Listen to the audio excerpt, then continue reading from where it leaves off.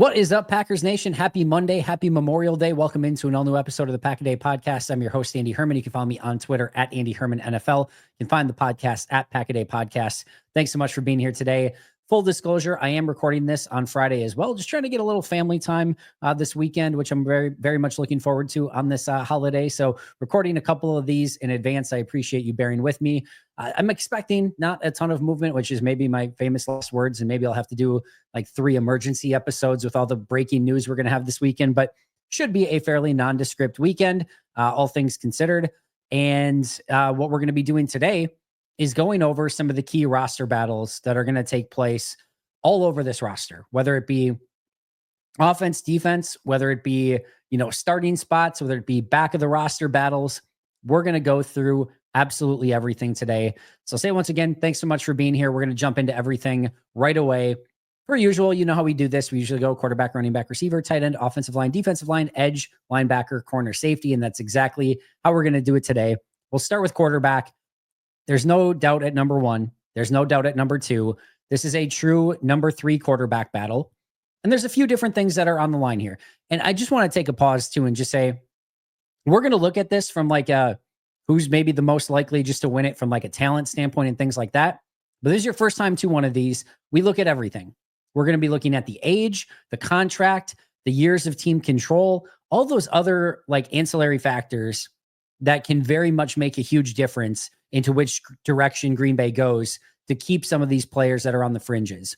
Obviously, when you get to some of the starting battles, it's a little bit different. But when it gets to actual roster battles for who makes the team, we're going to dig into all of that as well. At quarterback, as mentioned, that number 3 quarterback battle, you've got Taylor Elgersma, and then you've got Sean Clifford. That's what we're looking at quarterback. Number 1, number 2 are all set. There's no competition. There's no debate. There's no battle there. I don't think there's anything Sean Clifford can do, and I don't think there's anything Taylor Elgersma can do to get into the backup quarterback conversation, barring some team blowing Green Bay away with a trade offer from Malik Willis, and I just don't think that's within the realm of reason or possibility. So here's what we're looking at here. Taylor Elgersma has every possible advantage in the book, other than the fact that Sean Clifford was actually a draft pick and Taylor Elgersma was an undrafted free agent tryout player, right? That's about the only thing Clifford has going for him. Elgersma is 3 years younger. He is under team control for this year and the next 2 years. And then even after that would be a restricted free agent. And he is cheaper than Sean Clifford as well. It's everything you're looking for. Cheaper, younger, arguably probably a higher upside potentially as well. At least a little bit more of an unknown there, where Sean Clifford's already been released from the team in the past. Sean Clifford has experience. This will be his 3rd year in the Matt LaFleur offense. But there's probably a limit. There's a limit to the ceiling for Sean Clifford. And with Taylor Elgersma, he's a little bit more of an unknown, a little bit more of a mystery box. And that's probably better. Like, even if Elgersma is worse, like if it's close, but he's worse, you probably take a little bit more of the mystery box, the unknown with Elgersma, knowing that like, hey, maybe around the bend, there's something better. Whereas with Clifford, now going into year 3, you kind of know what you got. There's always a surprise here or there. You never quite know for sure. But barring some sort of breakout performance from Clifford, we probably already know exactly who he is. And there's not a ton of mystery there. The mystery for Elgersma actually probably helps him. Now, I don't expect either of these players, barring a unbelievable preseason from either, specifically probably Elgersma, I don't think either of these players are going to make the 53. I think this will be practice squad possibilities and opportunities, and they'll battle it out. There is a world in which you could potentially keep both. We heard from Justice Mosqueda the other day that you could use the roster exemption for an international player on Elgersma instead of Alex Hale. I think if he does make it to the practice squad, there is a strong chance that that's exactly what will happen. And because of that, you could still keep Sean Clifford as a quarterback on the practice squad as well. If I'm Sean Clifford and some other team is willing to offer me a practice squad spot, I probably need to see the writing on the wall. Meaning, they cut me last year, they cut me this year, they went out and they kept Taylor Elgersma on the roster already. I know this story already. I need to go find another team where maybe I can fit their offense a bit better, and maybe it's a better situation for me. We'll see what happens there, but this will be an interesting preseason battle. My guess My guess is that you're not going to see Jordan Love much, if at all. My guess is you're going to see a decent amount of Malik Willis, and then probably a lot of Sean Clifford with a little bit of Taylor Algersma sprinkled in, especially maybe in that third preseason game, that final preseason game. Maybe you see a little bit more of him, but there is a possibility that Clifford just gets way more opportunity here than Algersma, again, especially knowing the offense. And the key piece that's important there is, in order to evaluate the running backs, receivers, tight ends, offensive linemen, you might need to play Clifford, who can probably just get everything set up a little bit easier and better than maybe what Algersma can. So that could lead to Clifford getting, again, a little bit more of an opportunity. But that's your quarterback battle. I'll say it one more time. Youth, cost, and team control are all on Taylor Algersma's side, as is a little bit more of the unknown. Running back 3 is the next one. We've talked about this one already. Emmanuel Wilson versus Chris Brooks. It is worth mentioning here that they could keep both. This does not have to be a situation in which it's one or the other. There could be a world in which they keep 4 running backs. In fact, if I were making my prediction today, or if you want to go back and listen to my 53-man roster prediction from a couple weeks ago, that's exactly what I did. I just think both of them are good running backs. I think you got Marshawn Lloyd kind of coming back year 2, a little bit more unknown because he didn't get to play last year. You probably don't want Josh Jacobs carrying quite as much of a load as he did a season ago. I think both Wilson and Brooks bring enough different to the table, and they're both super cheap, that I do think it makes sense.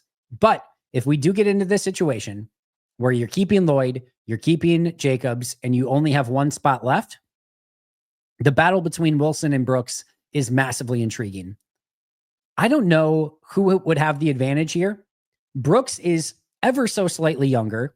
They cost the exact same, and both would be restricted free agents next offseason. There's no team control advantage. There's no cost advantage. And again, Brooks is just slightly younger than Wilson. There's no real advantage here either way. This is a true mano-a-mano battle. Who's the better running back? And even that in and of itself is just probably a difference of style more than anything else. What do you want on this team? And I think this goes advantage Chris Brooks slightly, despite the fact that I think Emmanuel Wilson is the better running back. I actually think Emmanuel Wilson is quite good. And maybe that's just the decision. Maybe they realize, hey, we've got a good running back here in Wilson. We like Brooks, but there's no real major upside there. We're just going to go with the better guy, and that's Emmanuel Wilson. But the reason I say Brooks is because if you need to hand off the ball, which is what Wilson's best at, get the ball in his hands. He's got good speed, good toughness, pretty good vision. You hand him the ball and usually good things are going to happen. But if you're handing off the ball, you're giving it to Josh Jacobs or Marshawn Lloyd first and foremost. That's who you want to hand the ball off to. You really don't want to get to a point where, you're going to your third option to hand off the ball. What you want that third running back for is pass protection and catching out of the backfield and kind of the third down stuff.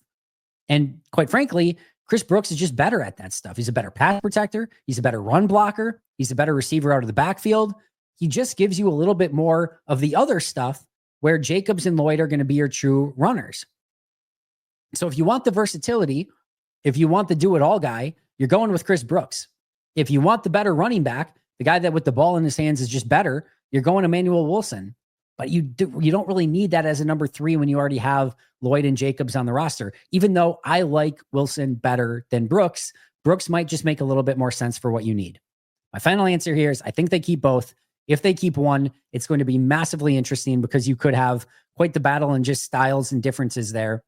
I should note as well, Amar Johnson and Jalen White are on the roster as undrafted free agents as well. They could both get their name in the conversation.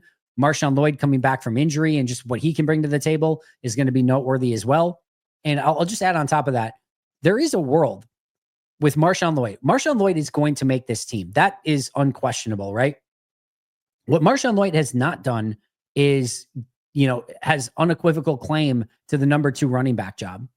So Wilson and Brooks might be battling for who makes it as the number 3 running back because 2 of the spots are taken with Jacobs and Lloyd, but both of them could theoretically jump Marshawn Lloyd if Lloyd doesn't have a great camp. So Lloyd's making it, but he doesn't have undeniable claim to the number 2 spot. That's worth noting as well. And again, I'll say it one more time. It is possible that Lloyd, Jacobs, Wilson, and Brooks could all make the team. Next up is the top of the wide receiver depth chart.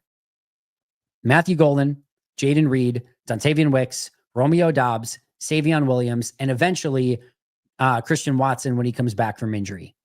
This is not who makes the team. These guys are all making the team barring a trade.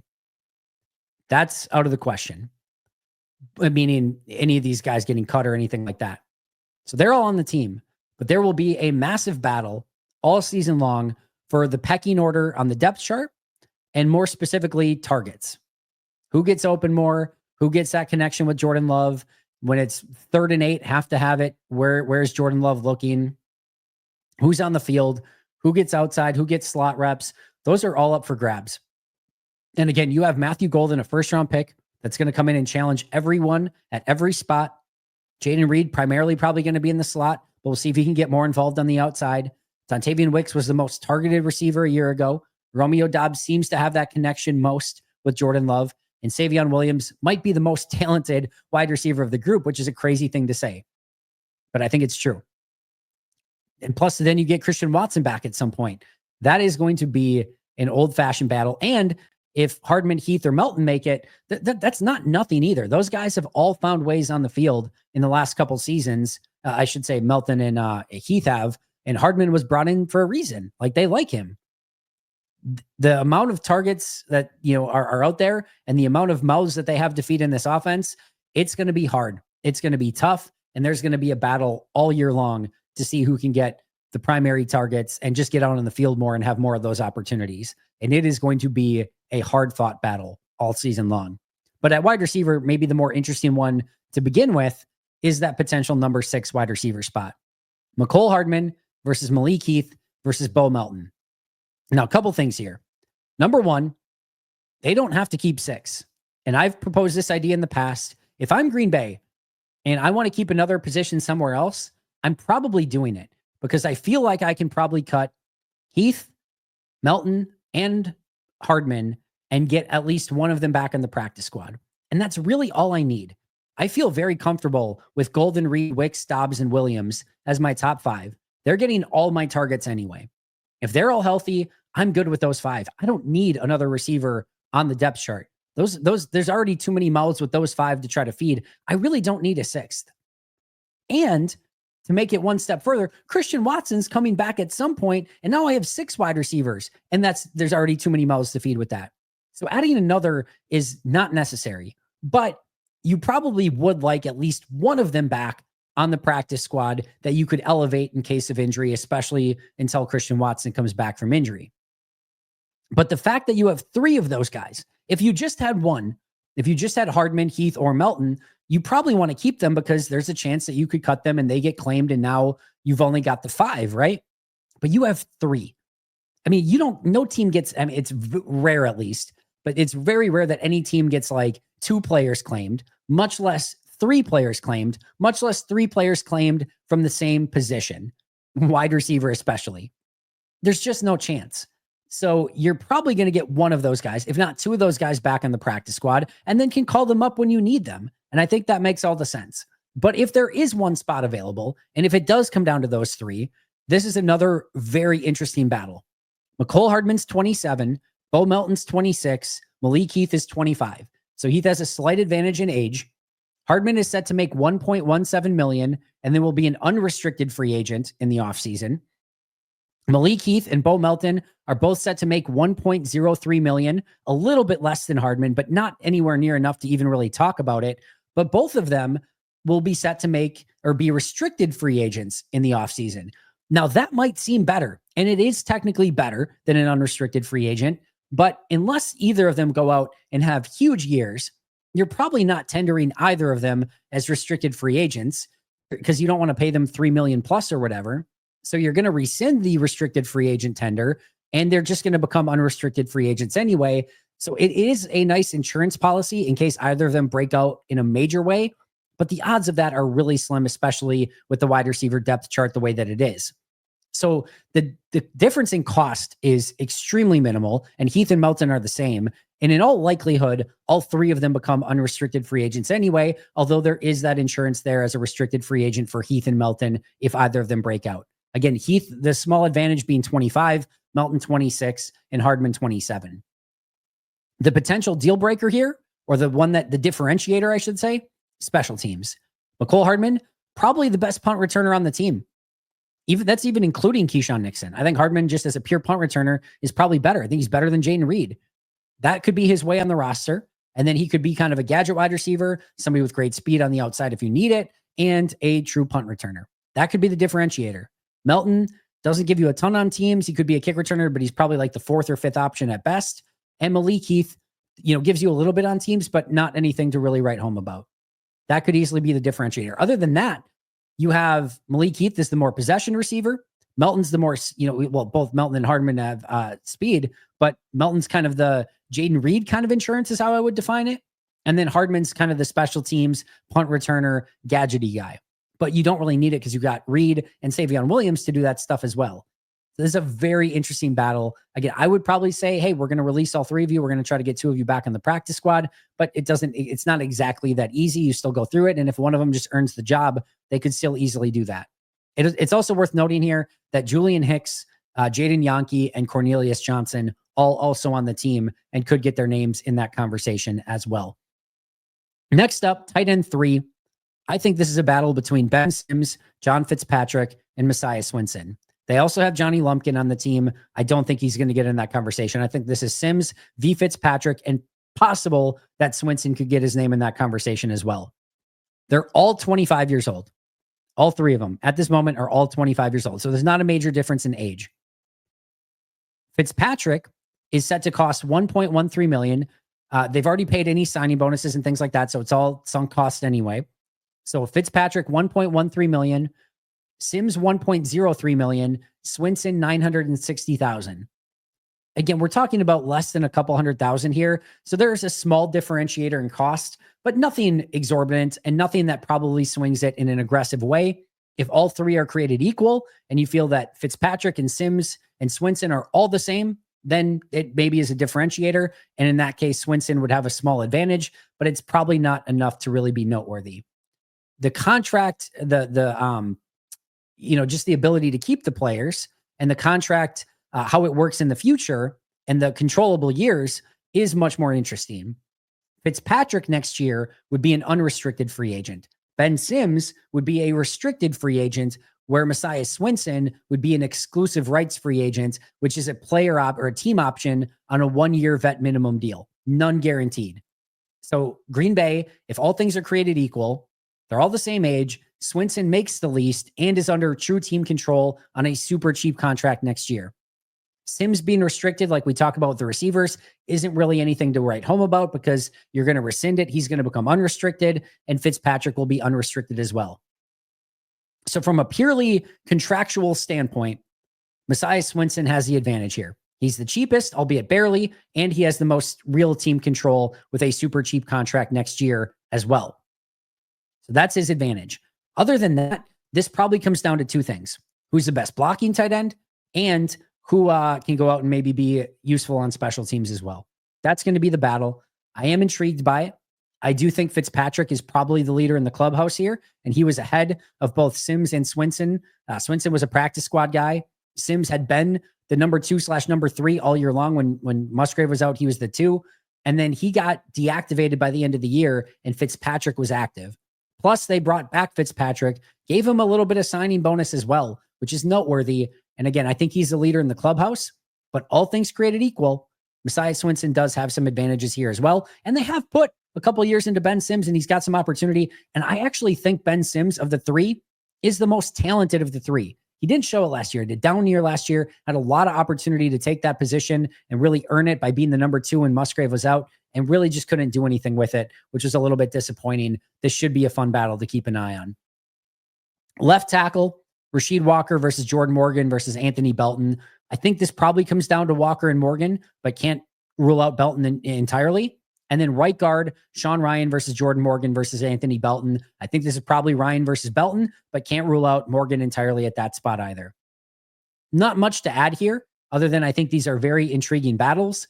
I've gone on record already to say I think Rasheed Walker and Jordan Morgan are going to rotate at left tackle. I think Sean Ryan and Anthony Belton are going to rotate at right guard. But there is a lot of ball game left, as Aaron Nagler would say, and that could go in a million different directions. Best five out on the field, as we know, they are apt to say, and they usually back it up. But those are going to be two very unique offseason battles, maybe the most important ones on the team when it comes to actually starting spots and who they put at left tackle and who they end up with at right guard. Meanwhile, on the offensive line, you have 2 to 3 offensive line spots up for grabs. You have 7 that are taken. Your 5 starters, and then the 2 of the guys that we just mentioned. If Morgan and Belton aren't the starters, then they're your next 2 up, right? You've got 7, and then you have 2 to 3 spots remaining along the offensive line. I think the most likely ones that are going to compete for it are John Williams, Jacob Monk, Travis Glover, Kadeem Telfort, Tyler Cooper, and Donovan Jennings. You also have J.J. Lippy, Trey Hill, and Brant Banks. I think those 3 are a little bit on the less likely side. Not impossible, but less likely. And I think you have 2 to 3 spots for Williams, Monk, Glover, Telfort, Cooper, and Jennings. Here's the breakdown. John Williams is 23, as is Jacob Monk. Travis Glover's 24. Tyler Cooper's 24. Donovan Jennings is 25. Kadeem Telfort is 26.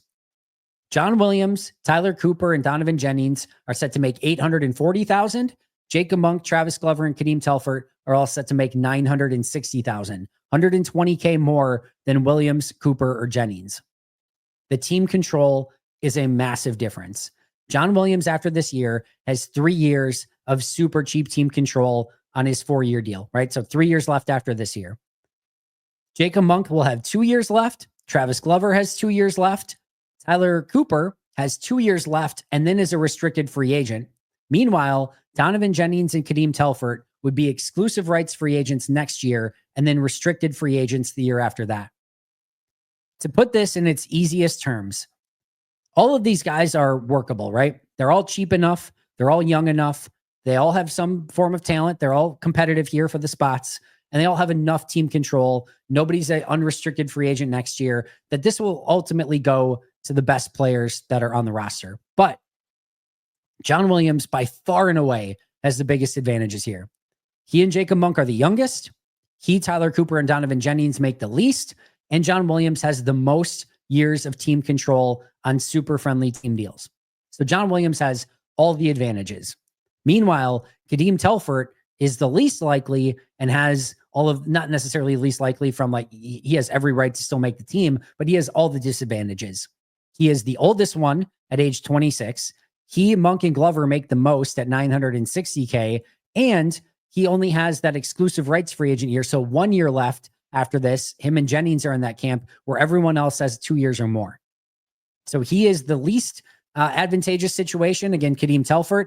John Williams is the biggest or most advantageous situation of those offensive linemen. Again, Lippy, Hill, and Banks could get in the conversation as well, but likely 2 to 3 spots for Williams, Monk, Glover, Telfort, Cooper, and Jennings, with John Williams having the most advantages there. All right, defensive tackle number 4 and defensive tackle number 5. I think there's probably 2 spots available for Colby Wooden, Nasir Stackhouse, and Warren Brinson. James Esther, Nesta Jade Silvera, and Keith Oliver all potentially could get their names in those conversations as well, but likely 2 spots for Wooden, Stackhouse, and Brinson. Brinson and Stackhouse are 23 years old and rookies. Colby Wooden is in the 3rd year of his deal and is 24 years old. Not a huge difference in age. Meanwhile, Brinson and Stackhouse set to make $840K. Colby Wooden, $1.03 million. So Wooden has the disadvantage from a monetary standpoint. Meanwhile, the team control is massive. Warren Brinson would have 3 more years of team control on a super cheap deal after this. Stackhouse would have 2 years and then would be a restricted free agent. Colby Wooden, only 1 year of team control left, and then would be an unrestricted free agent after that. Wooden was a 4th-round pick. Brinson was a 6th. Stackhouse was an undrafted free agent.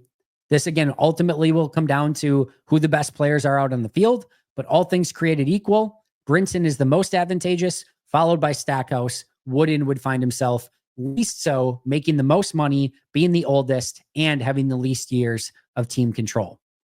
All right, that brings us to defensive end. You could certainly talk about here starting defensive end, right? LVN, Brenton Cox, Kingsley Enagbare, Baron Sorrell, all could be in that conversation opposite Rashawn Gary. That will be worth keeping an eye on. But it's really that 5th and 6th defensive end spot. I'll note here once again, last year they kept 6 defensive ends. So both Kingsley Enagbare and Brenton Cox could both make this team as the 5th and 6th defensive ends. So that would bring you to Rashawn Gary, LVN, Baron Sorrell, Colin Oliver, Kingsley Enagbare, and Brenton Cox if they kept 6. Definitely workable. Basically same as last year, except it would be Baron Sorrell for Preston Smith, and it would be Colin Oliver for Aaron Mosby. Everything else would remain the same. I think the other 4 are locks, though, meaning Gary, LVN, Sorrell, and Colin Oliver. I don't think any of those 4 are going anywhere, which means if they do only keep 5, this comes down to Kingsley Enagbare versus Brenton Cox, and this is an interesting conversation. Enagbare has been the one that they've played more. I thought Cox was better last year, specifically at the end of the year when they were both getting reps. I thought Cox was just clearly the better player. They're both 25 years old. Here's the big difference, though. Kingsley Enagbare is set to make $3.4 million. Brenton Cox is set to make $1.0 million. You have a $2.4 million difference here in contracts. Meanwhile, Kingsley Enagbare will be an unrestricted free agent next year. Brenton Cox will be a restricted free agent. If Brenton Cox would go out, have a big year this year, maybe even earn that starting job, which is not out of the realm of possibility, not likely, but not impossible, he could be in line for a bigger deal and he would be a restricted free agent next year. That is definitely a potential deciding point between him and Enagbare. Again, both could make it. The other thing I'll add here too is that Enagbare, I think, might legitimately have some trade value. So you could look at this and say they're the same age. You save $2.4 million by going with Brenton Cox, and we have team control with Brenton Cox, and we can get something in return for Enagbare where we probably wouldn't for Brenton Cox. That is a potential big difference there. I've said it with Justice. I've said it in a couple other episodes. I think if this decision is today, for me personally, I would keep Brenton Cox for all those reasons over Kingsley Enagbare. It could easily keep both. But if it had to be one or the other, I'm probably keeping Brenton Cox in large part due to the contract and the year of team control as well. And I just think Brenton Cox was better last year. That's also a very important aspect. Aaron Mosby, Deslin Alexander, and Jeremiah Martin all could get their names in that conversation as well. Base linebacker, Isaiah McDuffie versus Tyron Hopper could take place. I think McDuffie is by far and away the leader in the clubhouse, but let's see what Hopper can do in year 2. And if he can get his name in that conversation to be the strong side linebacker in the 4-3 next to Quay Walker and Edgerrin Cooper, that will be an interesting one if Hopper can get his name in the conversation. Meanwhile, you have 1 to 2 spots for the number 5 and 6 linebacker positions between Isaiah Simmons, Christian Welch, and Jamon Johnson. Big differences here. Maybe not so much in cost, but the other stuff is noteworthy. Jamon Johnson, only 23 years old, where Christian Welch and Isaiah Simmons are both 26. Jamon Johnson is 3 years younger than the other two. Meanwhile, Jamon Johnson only $840K, whereas Christian Welch makes $1.03 million and Simmons makes $1.17 million. Not a huge difference, but Jamon Johnson makes a little bit less. Meanwhile, Isaiah Simmons and Christian Welch would both be unrestricted free agents next year, whereas Jamon Johnson would have 2 years of team control and then would be a restricted free agent the year after that. Based on pure talent, I guess maybe talent's the wrong word, but experience, ready to play now, and special teams, Simmons and Welch have all the advantages here.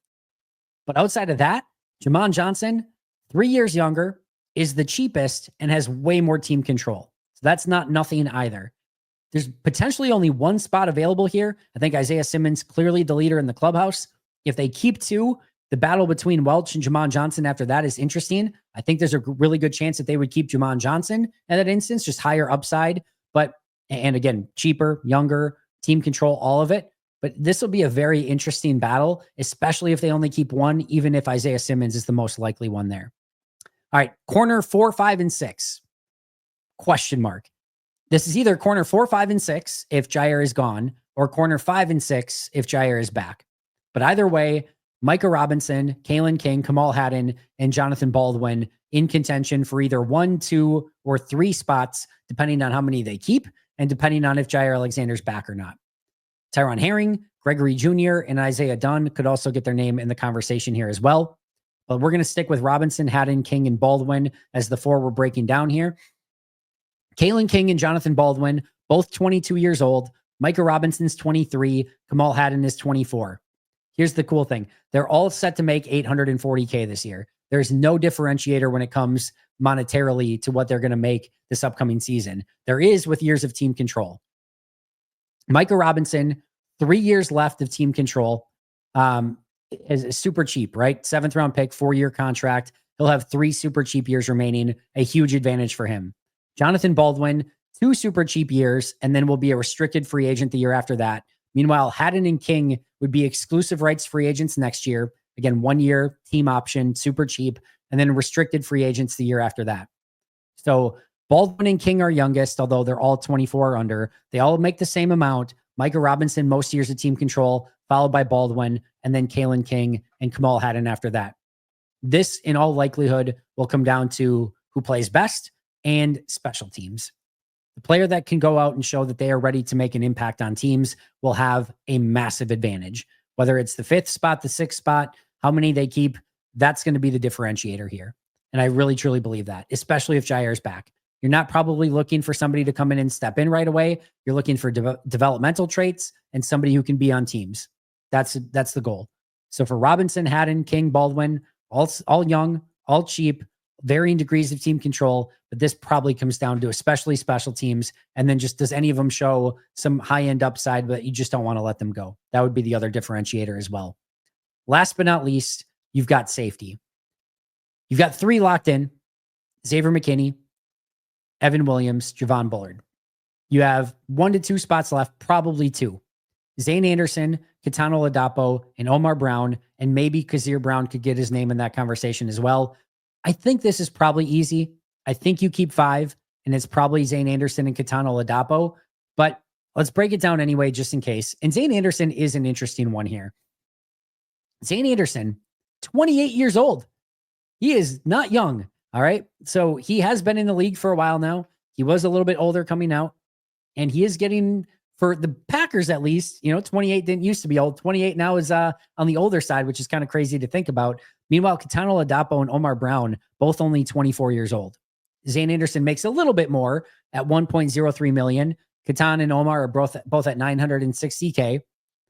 The big thing here is Kitano Ladapo has 2 more years of team control, whereas Omar Brown is an exclusive rights free agent, then a restricted free agent, whereas Zane Anderson is just a restricted free agent. I can't see Kitano Ladapo really going anywhere here. This is about as close to a lock as you can get.